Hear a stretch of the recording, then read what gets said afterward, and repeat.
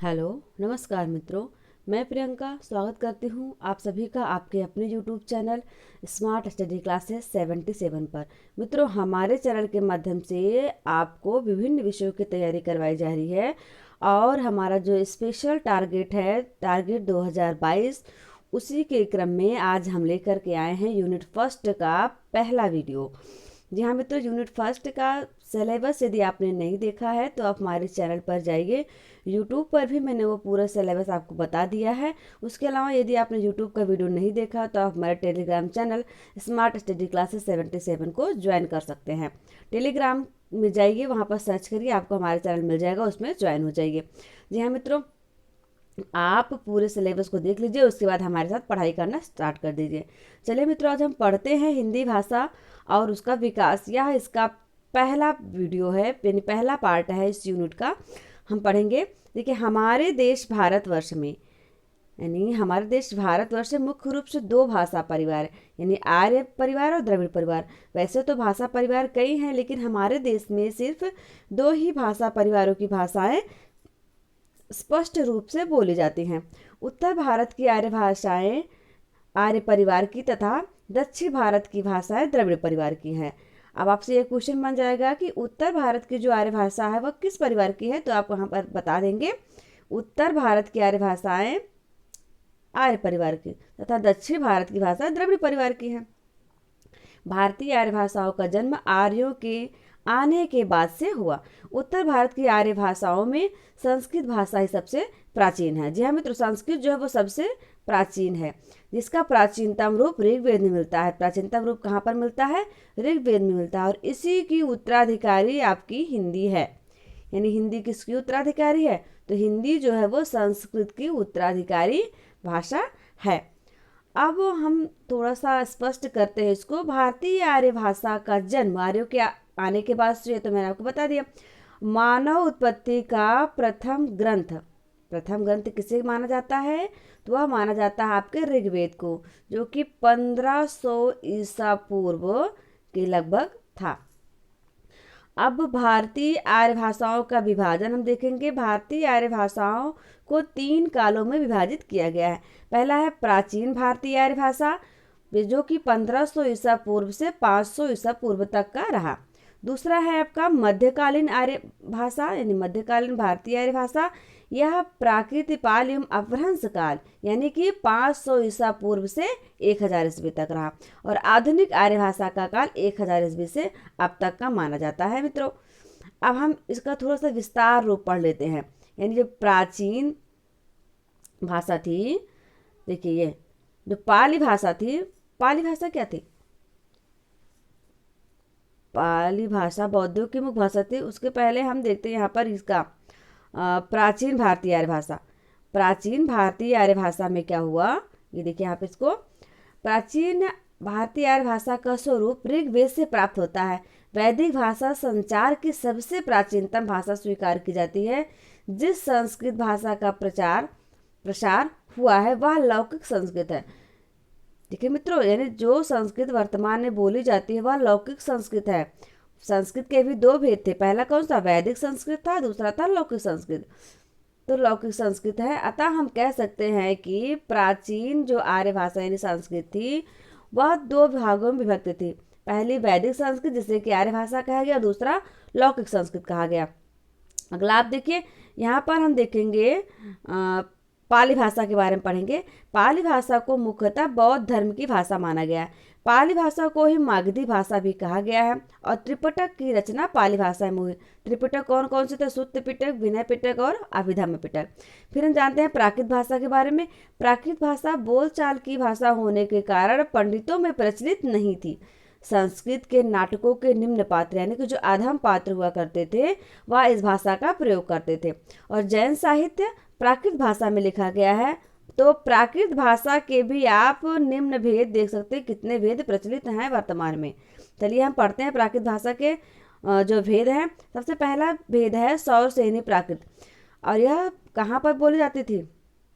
तो सौर सेनी प्राकृत जो है वो बोली जाती थी, यह मथुरा या सूरसेन जनपद में बोली जाती थी। इस मध्य देश की बोली भी इसे कहा जाता था। बाद में इससे पंजाबी एवं अन्य हिंदी भाषा की उत्पत्ति हुई। कर्पूर मंजरी, चंद्रलेखा, आनंद सुंदरी आदि ग्रंथ जो हैं वह इसी प्राकृत में लिखे गए हैं। और दिगंबर संप्रदाय के जैनों ने भी अपने धार्मिक ग्रंथ इसी प्राकृत में लिखे हैं। अब हम देखते हैं इसके अगले भेद को, यानी पैशाची प्राकृत। यह कश्मीर के आसपास उत्तर पश्चिम में रहने वाले पिशाच जाति के लोगों द्वारा प्रयोग में लाई जाते थे। एक महान साहित्यकार हुए पुरुषोत्तम दास। पुरुषोत्तम दास जी ने इसे संस्कृतकार, यानी जो संस्कृत भाषा थी हमारी, उसी के सौरसेनी का विकृत रूप माना है। अगला भाग है इसका महाराष्ट्रीय प्राकृत। यह मूलतः महाराष्ट्र क्षेत्र की भाषा है। इससे मराठी भाषा का विकास हुआ है।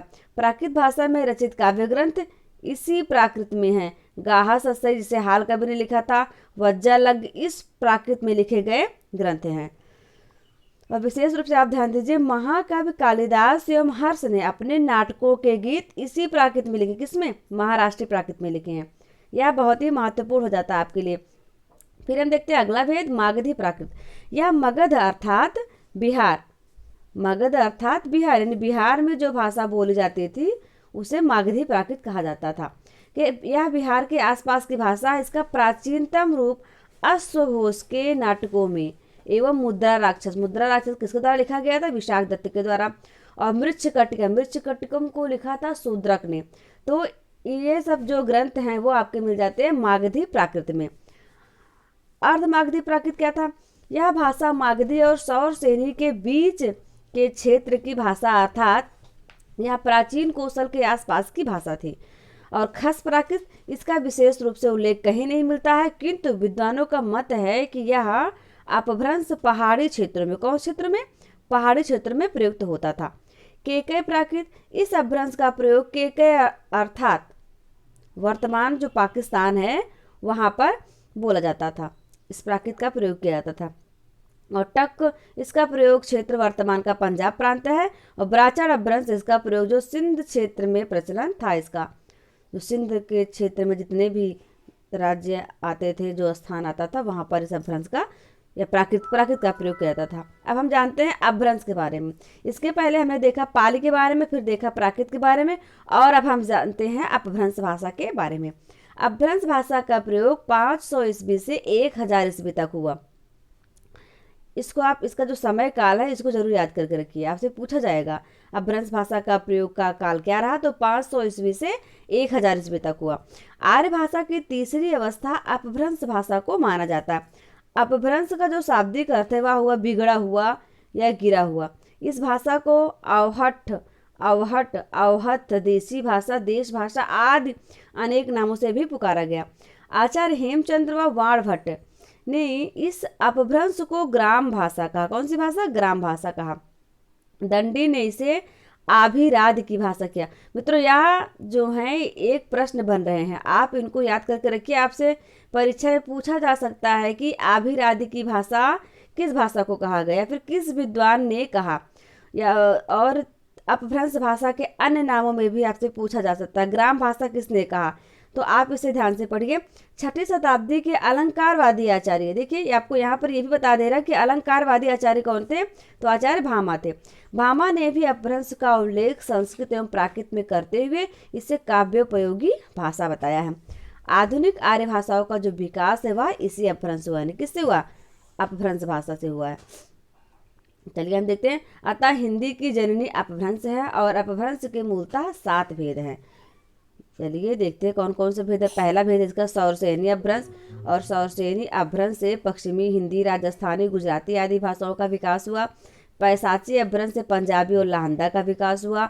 ब्राचर से आपकी सिंधी भाषा आ जाती है। खस पहाड़ी और महाराष्ट्र से मराठी भाषा का विकास हुआ। अर्धमागधी से पूर्वी हिंदी का विकास हुआ। और मागधी अपभ्रंश से बिहारी, उड़िया, बंगला और असमिया का विकास होता है। अब देखिए इसका क्रम हम जान लेते हैं। सबसे पहले आपका आता है वैदिक संस्कृत, फिर लौकिक संस्कृत, उसके बाद पाली, प्राकृत, फिर अपभ्रंश। इसका विकास कम रहा है। अपभ्रंश एवं पुरानी हिंदी का संबंध हमारे लिए जानना अत्यंत आवश्यक हो जाता है। यद्यपि अपभ्रंश भाषा का काल 500 ईस्वी से 1000 ईस्वी तक ही माना जाता है, किंतु साहित्य में इसका प्रयोग 12वीं शताब्दी तक होता रहा है। 1000 ईस्वी तक आते आते यह बोली हिंदी के रूप में प्रतिष्ठापित हो गई। हेमचंद्र ने, यानी विशेष व्याकरण थे हेमचंद्र जी, इन्होंने देसी नाममाला में शामिल करना उचित समझा था इसे। और राहुल सांकृत्य और चंद्रधर शर्मा ने इस भाषा को पुरानी हिंदी कहा। आपसे पूछा भी जाता है कि अपभ्रंश भाषा को पुरानी हिंदी किसने कहा। हाल ही में एग्जाम हुआ था, उसमें यह प्रश्न पूछा गया था। कुछ नई ध्वनियों का विकास हिंदी में अतिरिक्त रूप से हुआ, जैसे कि आपका ये ढ़, ढ, वा, म्या, न्या, ल्या इत्यादि ये जो शब्द है, ये ध्वनि है, इनका विकास हो गया था। और संस्कृत में 3 वचन एवं 3 लिंग थे, जबकि हिंदी में यह 2 वचन और 2 लिंग ही रह गए। अब हम आगे देखते हैं। काव्य में प्रयुक्त भाषा को अपभ्रंश भाषा कहा गया। अपभ्रंश तथा बोलचाल की तत्कालिक भाषा को देश भाषा कहा गया। ये देखिए यहाँ पर स्पष्ट रूप से काव्य में जो भाषाएं प्रयुक्त होती थी उन्हें कौन सी भाषा कहते थे, अपभ्रंश भाषा कहते थे। और अपभ्रंश तथा बोलचाल की जो भाषा रहती थी, यानी जो बोलचाल में जिस भाषा का हम प्रयोग करते थे, वह देश भाषा के नाम से विख्यात हुई। मार्कंडेय और कुछ अन्य विद्वान अपभ्रंश के 3 प्रकार बताते हैं, जिनमें नागर से गुजरात की, उपनागर से राजस्थान की और ब्राचर से सिंध की बोली विकसित मानते हैं। इस प्रकार पुरानी हिंदी अर्थात अपभ्रंश और आवहट से ही हिंदी का विकास हुआ। मित्रों, हमारे चैनल पर सभी विषयों के प्रैक्टिस सेट मौजूद हैं। आप प्लेलिस्ट में जाइए, वहाँ पर अपनी परीक्षा की तैयारी के लिए जितने भी टॉपिक आपको चाहिए वह सभी पढ़िए। और हम मित्रों, हम आपके लिए एक बैच और लेकर आने वाले हैं, वह है आपको यूपी लेखपाल का। आपको पता ही होगा, उसको नोटिफिकेशन भी आ चुका है। 7 तारीख से फॉर्म भरे जा रहे हैं। सबसे पहले हम उसका पाठ्यक्रम या फिर उसमें जो शैक्षणिक अहर्ताएँ हैं उसके बारे में बताएंगे। वो वीडियो हम जल्द ही लेकर के आ रहे हैं, तो आप हमारे चैनल पर ज़रूर बने रहिए। चलिए, अब हम आपको इस वीडियो से संबंधित कुछ अन्य व्याख्यान भी दे देते हैं। जैसे आपके मन में एक जिज्ञासा होगी कि वैदिक संस्कृत और लौकिक संस्कृत में क्या अंतर रहा होगा। चलिए, मैंने इसको PDF में नहीं लिखा है, मैं आपको यहाँ पर समझा देती हूँ। वैदिक संस्कृत और लौकिक संस्कृत। तो वैदिक संस्कृत जो थी, इसमें संगीतात्मक स्वराघात की प्रधानता थी और लौकिक संस्कृत में बलाघात स्वराघात की प्रधानता थी। बलाघात और स्वराघात ये सब क्या होते हैं, यह सब जब हम विस्तार रूप से पढ़ेंगे अगले टॉपिक में, तो उसको आपको हम एक्सप्लेन करते जाएंगे। वैदिक संस्कृत में क्या होता था, ह्रस्व दीर्घ प्लुत 3 स्वर थे, जबकि लौकिक संस्कृत में प्लुत स्वर का उपयोग खत्म हो गया। आपने देखा होगा वर्तमान में प्लुत स्वर का उपयोग नहीं हो पाता, लगभग नहीं के बराबर होता है। और वैदिक संस्कृत में री स्वर का प्रयोग हुआ करता था, जबकि लौकिक में री का प्रयोग समाप्त हो गया, री प्रयोग में नहीं लाई जाती है। लिट लकार का प्रयोग था वैदिक संस्कृत में, जबकि यानी कुल लकार 11 थे। वैदिक संस्कृत में कुल लकारों की संख्या 11 थी, जबकि लौकिक संस्कृत में कुल लकारों की संख्या 10 रह गई। क्यों? क्योंकि इसमें से लिट लकार हटा दिया गया। ठीक है मित्रों, उसके बाद वैदिक संस्कृत में क्या था, इसमें शब्द रूपों में विविधता थी। और लौकिक संस्कृत में हो गया, इसमें शब्द रूपों में एक रूपता आ गई थी। मित्रों, इस प्रकार से बहुत सारे अंतर आपको वैदिक एवं लौकिक संस्कृत में मिल जाते हैं। और उसके बाद हम देखिए हमने क्या क्या पढ़ा। आज पाली भाषा के बारे में पढ़ा, प्राकृत के बारे में पढ़ा और अपभ्रंश के बारे में पढ़ा। मित्रों, हम इससे संबंधित आपके लिए जितने भी टॉपिक छूट रहे हैं या फिर जो कंटेंट आपको लगता है कि छूट गया, मैंने नहीं बताया है, वह सब हम लेकर आएंगे PYQ के रूप में, MCQ के रूप में लेकर आएंगे।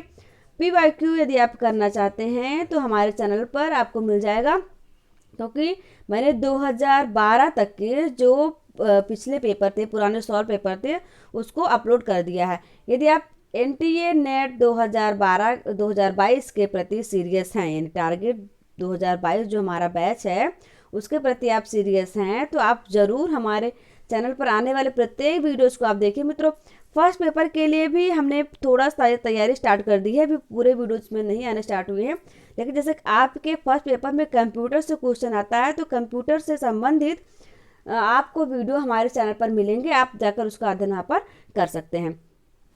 ठीक है मित्रों, तो कैसी लगी आपको यह क्लास, आप हमें इसके बारे में हमारे कमेंट बॉक्स में कमेंट करके ज़रूर बताइएगा।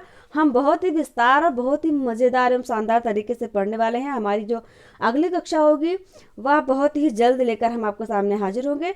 और तब तक के लिए आप स्वस्थ रहिए, मस्त रहिए और हमारे साथ बने रहिए।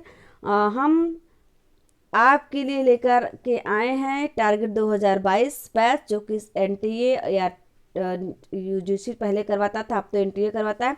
एनटीए परीक्षा एजेंसी है मित्रों, आप इससे कंफ्यूज ना हो, किसी प्रकार से कंफ्यूजन ना रखें कि एनटीए क्या है। एनटीए यानी नेशनल टेस्टिंग एजेंसी, एक परीक्षा एजेंसी जो कि आपका नेट जेआरएफ का एग्ज़ाम जो है वो कंडक्ट करवाती है। और अभी हाल ही में 2020-21 वाला जो पेपर था वो हो चुका है, अब 22 का आएगा। देखिए कोरोना काल की वजह से इसका शेड्यूल जो है वो पीछे हो गया है, यानी 2020 में जो फॉर्म भरे गए थे उसी की परीक्षा 2021 में हुई है। पूरा का पूरा एक सत्र, यानी ये जो नेट जेआरएफ की परीक्षा होती है वर्ष में 2 बार आयोजित की जाती थी, किंतु अभी ये प्रभावित रही है। तो अब देखिए आप 2022 की परीक्षा जो है वो होती है, फिर 2021 के आधार पर ही इसका होता है। जो भी हो, हमारा टारगेट 2022 पढ़ने वाले हम 2022 में। तो आप लगातार बने रहिए हमारे चैनल पर, और भी सारे वीडियोस आपको हमारे चैनल पर उपलब्ध हैं, आप पढ़ते रहिए। ठीक है मित्रों, मिलते हैं आपसे अगले वीडियो में। नमस्कार, धन्यवाद, जय भारत, जय हिंद।